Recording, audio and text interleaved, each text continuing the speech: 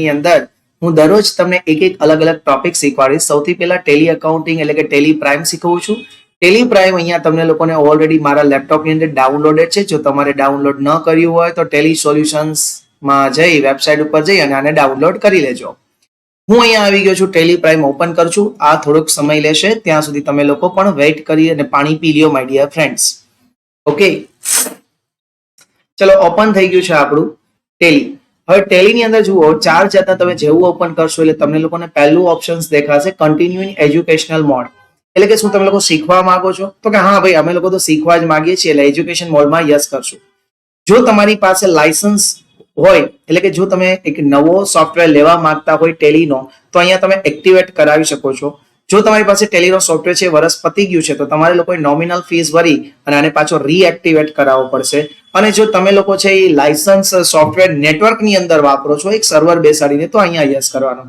બીજું આ ત્રણેયનો education mode અને આ ત્રણેય મોડની અંદર ફેર એટલો છે કે આ એજ્યુકેશનની અંદર તમે લોકો ડેટ ચેન્જ નહીં કરી શકો ને અમુક રિપોર્ટ્સ જનરેટ નહીં થાય. અધરવાઇઝ ઓરિજિનલ સોફ્ટવેર અને એજ્યુકેશનમાં ફરક ખાલી એટલો છે ડેટ ચેન્જીસનો, બરોબર છે, અને રિપોર્ટ જનરેટ નથી ઘણા થતા એનો. તો એનો મતલબ એવો છે કે જો શીખવું હોય તો સૌથી પહેલા એજ્યુકેશન મોડમાં જવું પડે ને. આપણે લોકો શીખવા માંગીએ છીએ તો આપણે લોકો જાશું એજ્યુકેશન મોડમાં. હું વયો ગયો, તમે વયા જાઓ. સૌથી પહેલા તમે લોકો F3 આ સાઈડ આવે, ટોપ અહીંયા દેખાતું હશે F3. F3 ની અંદર ક્લિક કરશો એટલે તમને લોકોને એક ઓપ્શન જોવા મળશે જેનું નામ છે ક્રિએટ કંપની.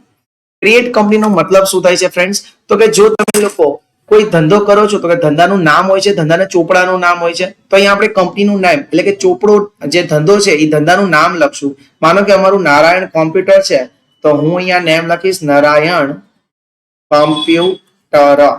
ઓકે, એન્ટર કરી પછી મને અહીંયા પૂછે કે સ્ટેટ, નારાયણ કોમ્પ્યુટર કયા સ્ટેટમાં આવેલું છે. જો આ છે ને ડ્રેગ અને ડ્રિલ સોફ્ટવેર છે, એટલે કે તમે થોડુંક લખો ને ત્યાં એની ડિટેલ્સ અહીંયા સામે આવી જશે.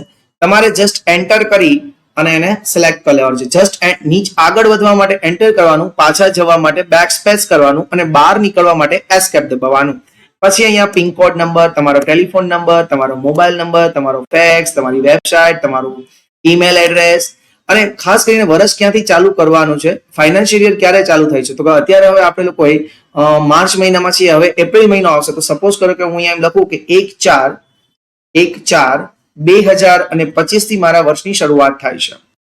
બીજું એના પછી પૂછે બુક્સ બિગનિંગ ફ્રોમ. ચલો, વર્ષની શરૂઆત તો 1/4 થાય છે, પણ આપણો ધંધો ક્યારે શરૂ થાય છે? માનો કે મારો ધંધો છે 1/6 થાય, તો અહીંયા 1/6 કરી દઉં તો 1 જૂન 2025 આવી જશે ફ્રેન્ડ્સ.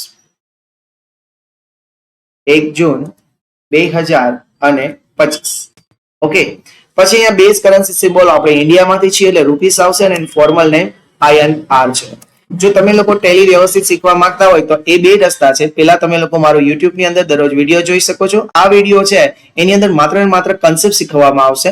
પણ જો તમે લોકો બેઝિક અકાઉન્ટિંગ અને ટેલી અને જીએસટી નું ફૂલ નોલેજ મેળવવા માંગતા હોય તો તમે અમારી રૂબરૂ મુલાકાત લઈ શકો છો. નીચે સ્ક્રીન ની અંદર અમારું નામ, નંબર બધું આવતું હશે. નારાયણ કોમ્પ્યુટર ક્લાસીસ ની મુલાકાત લઈ અને આપ પણ છે એ ભવ્યથી ભવ્ય ટેલી અકાઉન્ટિંગ શીખી શકો છો. જય દ્વારકાધીશ.